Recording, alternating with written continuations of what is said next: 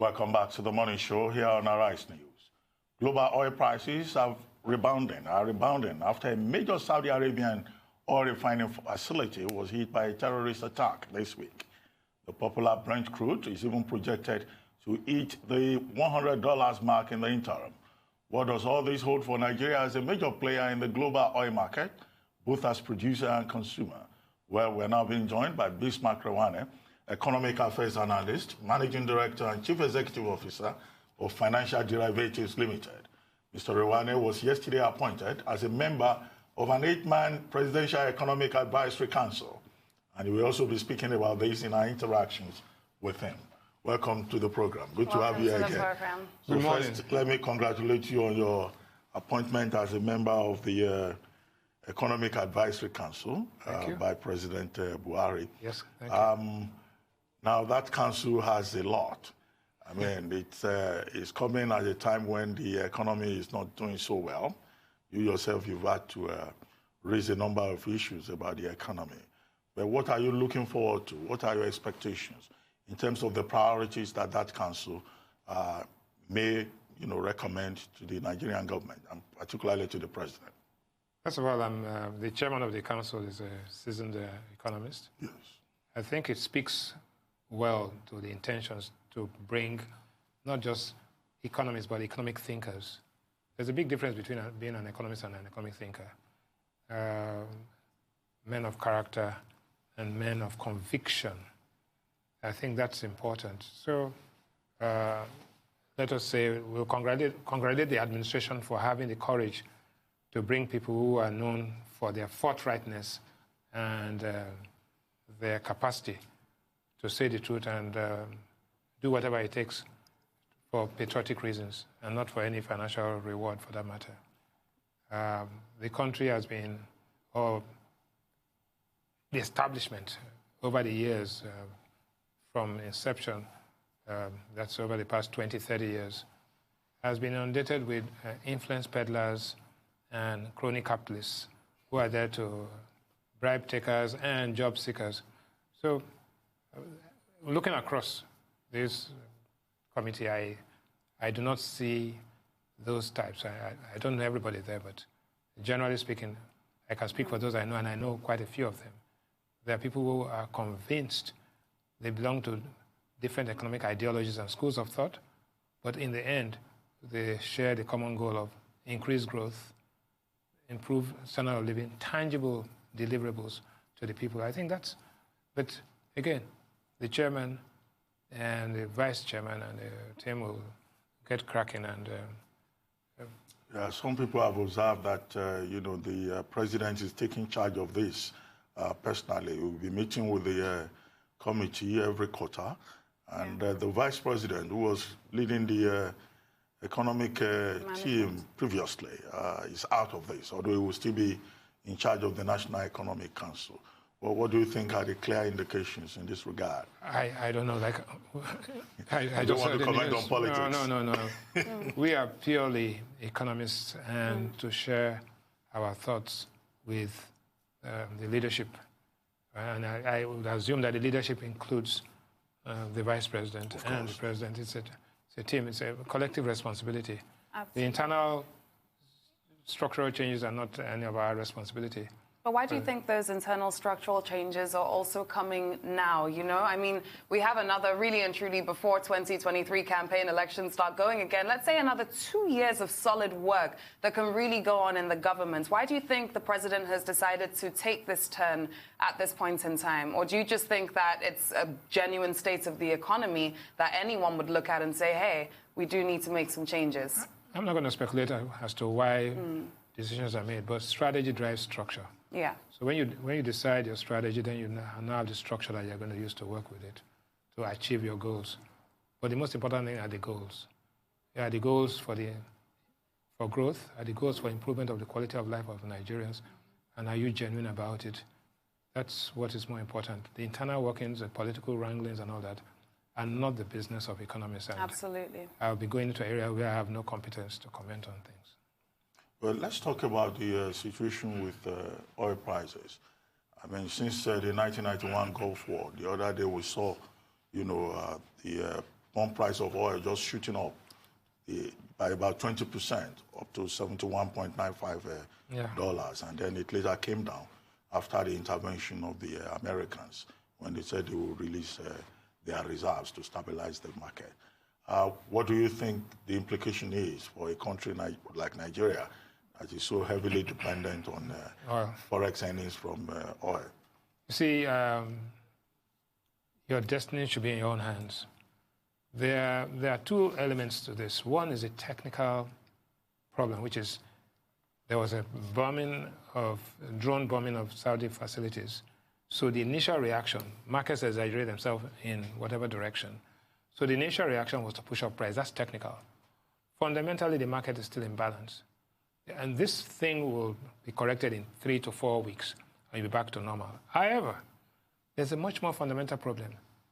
For the past 8 years, the Gulf of Arabia has been in what you can call a form of stability. So the political risk premium, which was priced into oil, because you had the price of oil, which is the cost of producing, the margins of the producers, and the political risk premium, all of this going to the price, right? Now, the price of oil over the past 5 years has begun to reduce the political risk premium because they felt that there was virtual political stability in the Middle East, and Israel and the Palestinians were talking and all of that. But now, what has happened is that today, you have that spike in price. But when it goes back, the political risk premium has kicked in.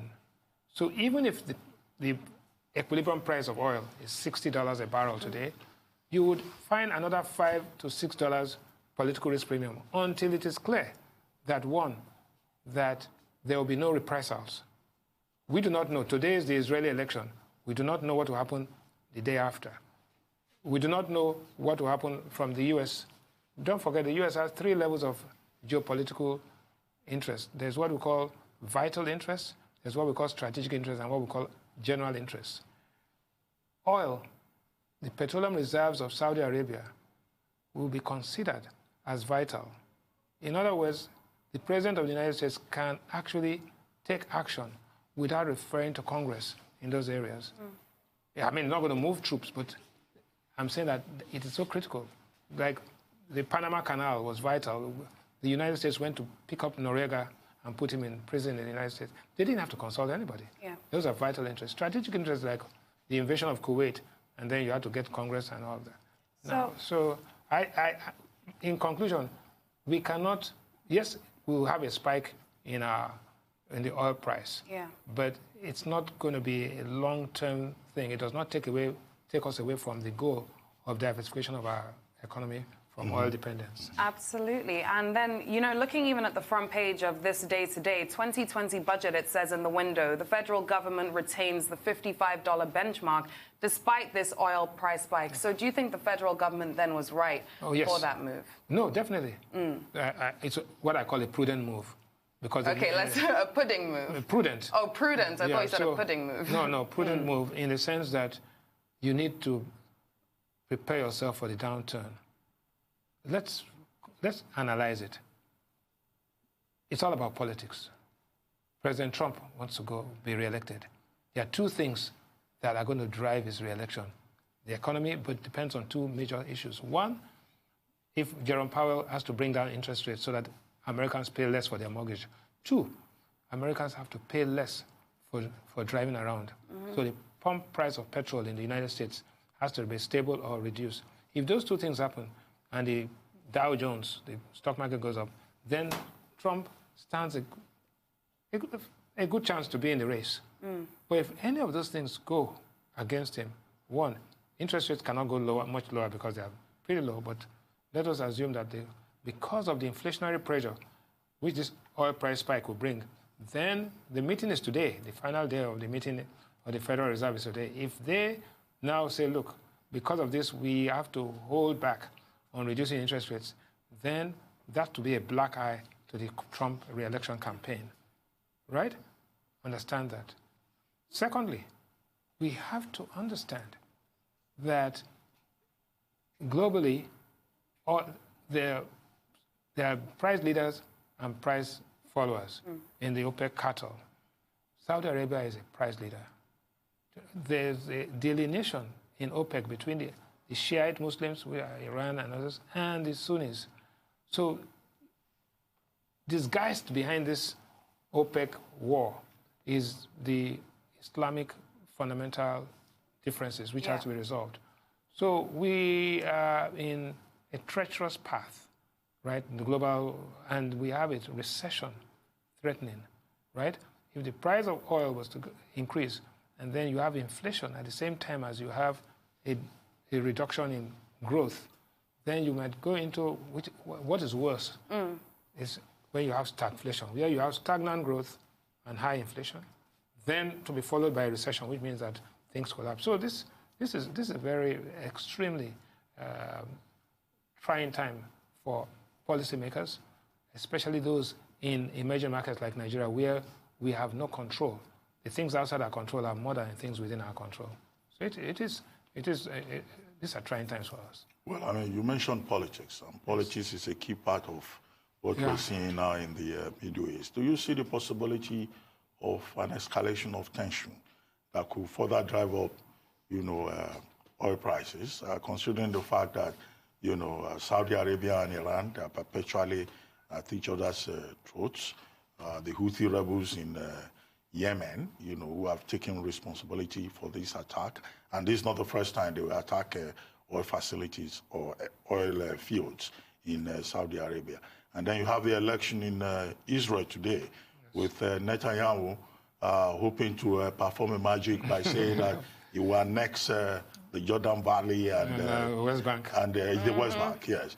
So no, how do you see it playing out? There are what we call geostrategic issues. It's not as simple and as straightforward. John Bolton was booted out because he didn't want rapprochement between the Iranians and Trump. The European Union wants the Iran deal back on the table. So I think that the United States is moving towards rapprochement. They would not escalate because you are in a situation what we call, in the words of Brzezinski, you talk about mutually assured destruction. Well, Mr. Rewane, let's take a short break, and then when we come back, you can continue with that contribution. Stay tuned. We're just taking a commercial break. We'll be right back.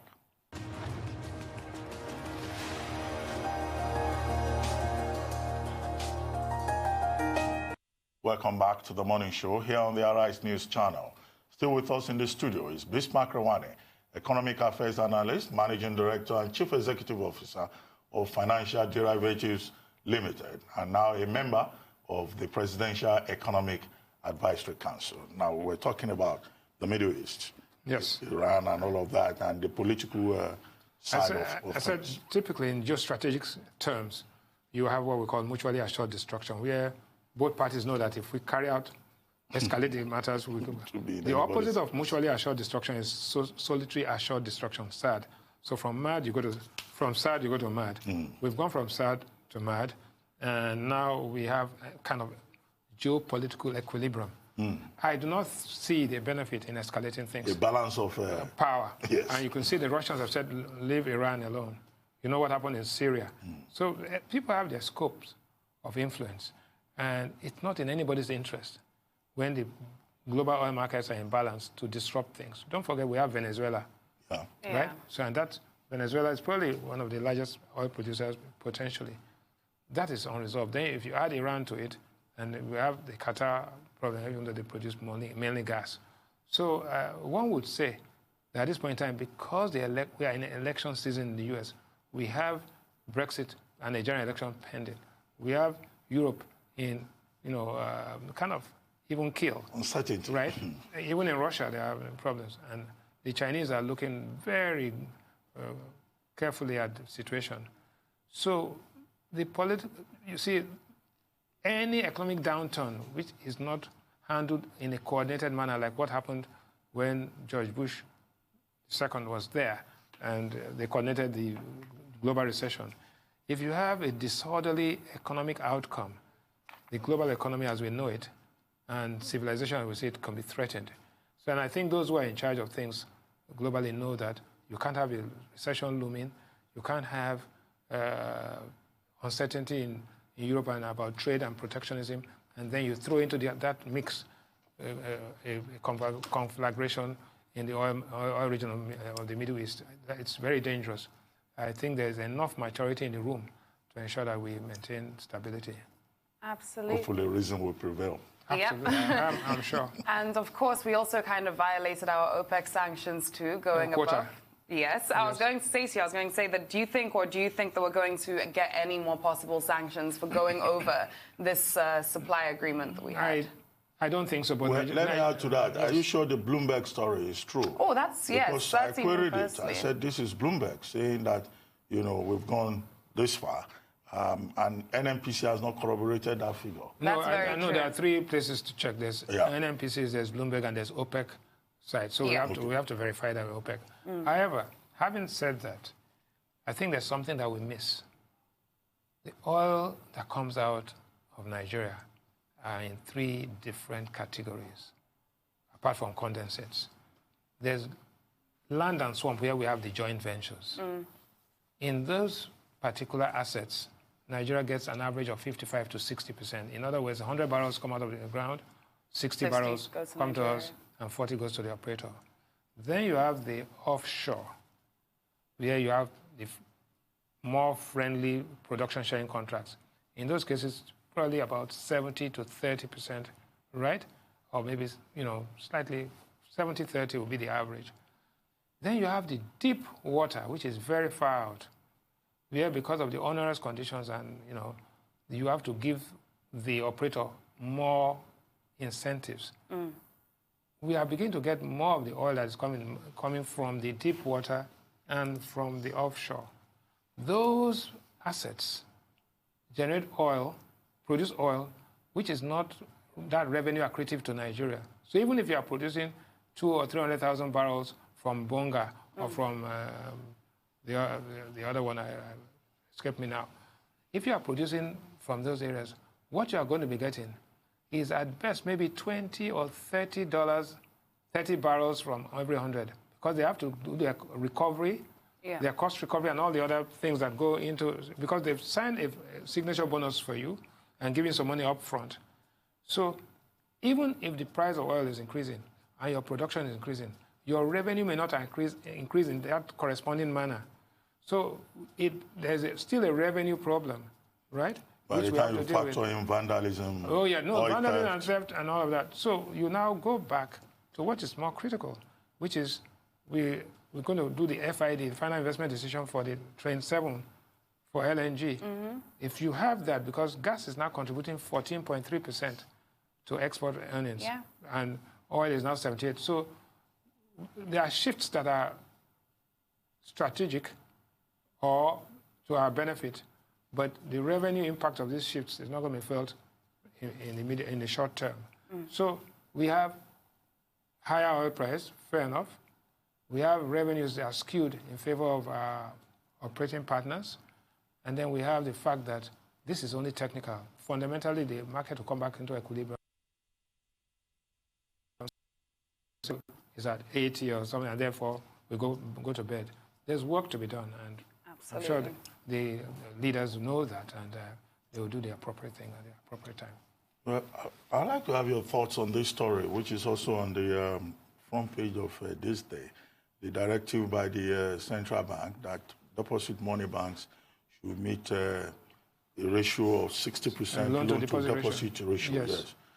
And then now, the story here this morning is saying that the banks are intensifying deposit drive and all of that. Yeah.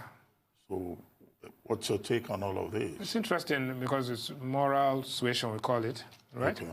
And there was enough, the 3 months were given. Whether it's enough is another issue altogether. So the banks have to do two things. Either you reduce your deposits or increase your loans. But reducing your deposits is not a practical thing. You can bring down rates out. What you are going to see is increase your loans. But increase your loans without actually compromising quality of the assets. So if you go out there and make loans to everybody that cares to ask for, then 6 months down the road or 1 year down the road, they will find impairments. And so the same, it become a threat, systemic threat to stability. And I do not think that the central bank would like to go out there and start intervening in banks. So there's a trade-off and a delicate balance. And the banks have been around for a while. They have the risk management tools. They are adequately capitalized, so they should be able to manage this. However, I suspect that one or two may not be able to meet the deadline immediately, but they will eventually meet it. But what is the intention? The intention is to encourage the banks to lend, because as you lend, it begins to stimulate growth. But, bank lending is not a substitute for investment, right? So investors are not going to borrow money to come in here. Investors usually take money from family, from other sources, then they borrow for working capital. Working capital is not a substitute for seed capital. Do you think that's the way we act on things? Do you think that we do kind of see it as a substitute for another, and that's why we may not necessarily reach the targets that we're aiming for? Well, you raise a point, and I started this program today talking about the difference between an economist and an economic thinker. True. An economic thinker thinks more deeply and in a granular form to get to the difference between debt and equity and the role it plays in actually energizing growth. But a pseudo-economist, right, will take it at face level and would think that one is a substitute for the other. Even if it's a substitute for the other, it's a palliative in the short run. Eventually, you'll see that gap, because debt is a liability. The thing about liabilities is that you have to pay at some time. And when the time to pay up comes, you either pay or restructure or go into bankruptcy. Well, let me go back to the point where we started from, the Economic Advisory Council. Yeah. I know many of your views about the economy, because you've been very outspoken. Yes. But as a member of that council, what do you think should be the immediate priorities in terms of recommendations to the federal government of Nigeria? Again, chairman, vice chairman of the council are there. There's a secretary. I'm a member. We are guided by our principles of Chatham House Rules 1, 2. Chatham House Rules, this is something that affects all Nigerians. Yes, no. But I'm asking for your views in terms of my personal views or council views. No, my personal views are that the economy needs some attention. And the reason why the council was set up is bringing people who have very constructive and progressive views, is to look at all of this. The president must be very bold to bring these people with this kind of views to come and advise him. So I think it's a bold move, and I think let's allow the chairman of the committee, who is a seasoned economist and economic thinker, and the vice chairman, who is also a seasoned economist and thinker as well, with a legal background as well. So the team is it's quite rich. It is a very rich team. It's a very rich team, and again... Thank you very much, Mr. Bismarck Rewane. Always a pleasure to have a conversation with you. It is. It's time now for a short break, and when we come back, we'll be having here Chief Robert Clark, Senior Advocate of Nigeria, for a chat on the Nigerian judiciary's performance regarding litigations arising from the 2019 election, in addition to a projection into what the future promises. Stay with us.